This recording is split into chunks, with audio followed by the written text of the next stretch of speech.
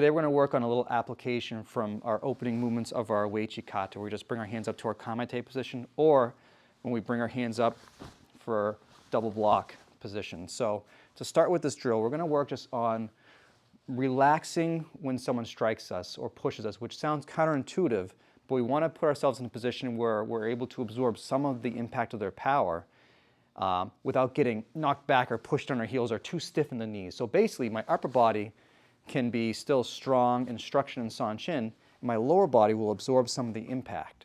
So to start this drill, I'll go to push Preston. He's just going to relax on his feet and step back. And he'll come to me, push me. I just relax and step back. Again, here. And then he comes to me, here. Now, we're going to use our opening movements from our kata. So Preston comes in to push me. I don't want him to actually physically push me back. Imagine someone comes at you with full force, a big shove. Even with that relaxation, you may get knocked down to the ground or pushed into a wall or pushed into someone else. So when Preston comes to push at me, I'm going to relax but set up into my opening position. I'll go to Preston, same thing. He's there in his opening position. Do it a few times. Here, push. I'm in position here. I'm locked in sanshin. I can grab. I can strike. So now for the drill we're going to work on, we can do this with 3 levels of intensity and 3 levels of distance. So the first level is just where we were. Someone comes in to put their hands up and push you, and maybe you don't let them put their hands on you. So Preston comes in to attack me.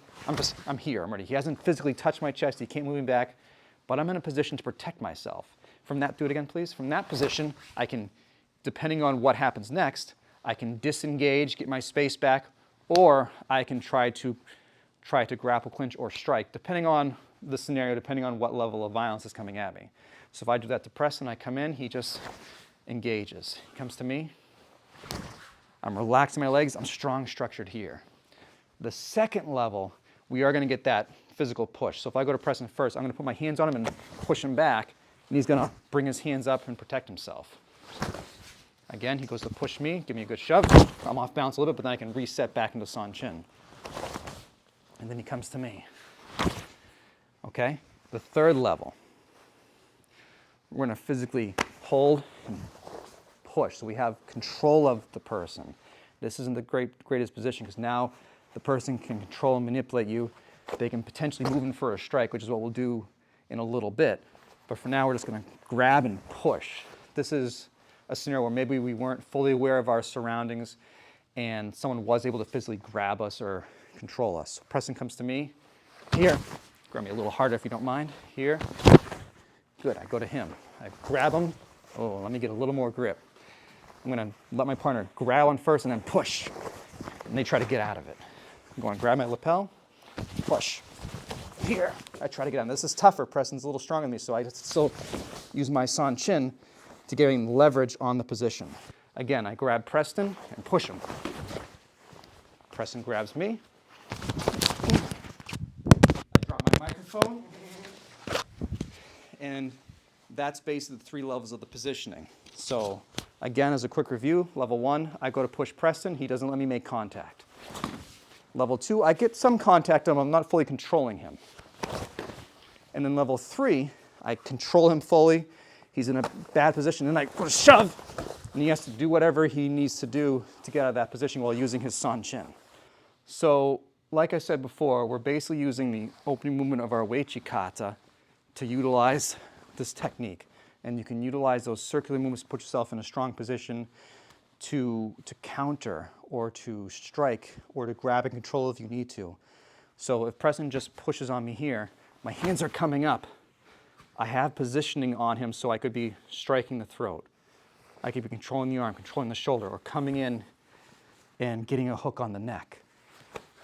So all those movements right from our kata, even coming around to one side of the body, Preston goes to push me here, and controlling to do whatever I need to do from this position, whether it's a strike or whether it's trying to get up for a locker. Basically, you can play with it and see what works for you, see what works against the person of various body types, and just give yourself options to defend yourself with.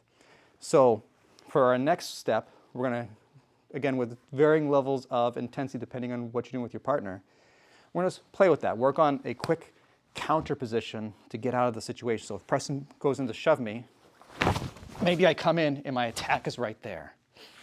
I don't know what Preston's going to do. We're going to find out. He'll go to shove him. He's also in a position for that pawn strike.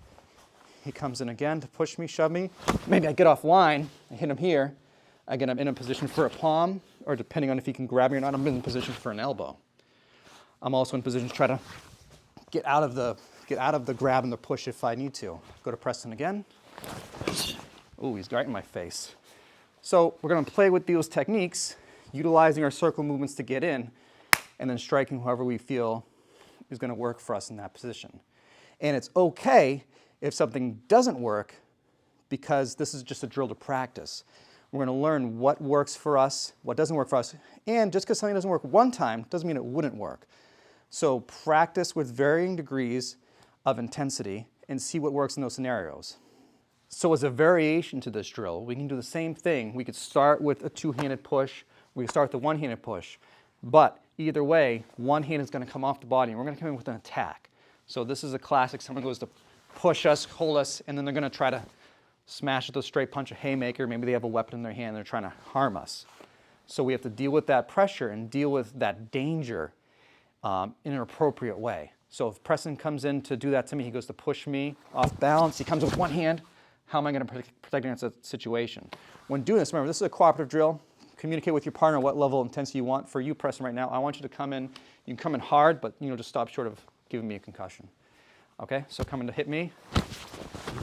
Okay, now I'm in a position where I can counter if I need to. I control this arm if he has a weapon. Hopefully I'm controlling that weapon. Let's position yourself this way, and then I can strike.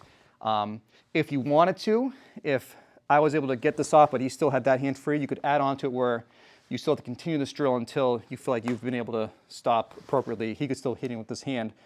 And if I want to, I can say keep hitting with that hand until I say stop or you feel like you're done. So what's important is that you remember that it's not necessarily the weapon, whether that's a physical weapon or the arm or fist that's hitting you, that you need to stop. It's the person. So Preston had control over my hand and he could have taken that same hand and strike me in the face at the same time. But if it is a weapon, physically a knife, a club, maybe you do have to control it. So for this first round here, I'm attacking, I'm just punching you. Let's see what happens. Hit me back, hit me back, hit me back. Okay, Preston goes to me, we're just doing fist. I've got myself in a position where I can counter. Okay, now this time, let's pretend I have a knife. You have to control this hand. Otherwise, I'll shank you. Slide this way a little bit for me. That's harder. It's harder. It's dangerous. It's a weapon. You're going to get cut. So we have to deal with it. Okay, it's stressful. You push me.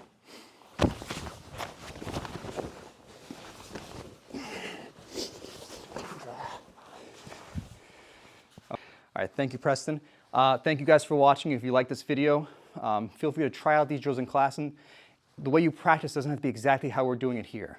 We're just working on certain techniques. And like I said, we're going to figure out what works for us, figure out how we apply it to our Uechi-Ryu Karate, and just enjoy the training, enjoy learning. If you like this video, please subscribe to the channel, and I'll see you soon.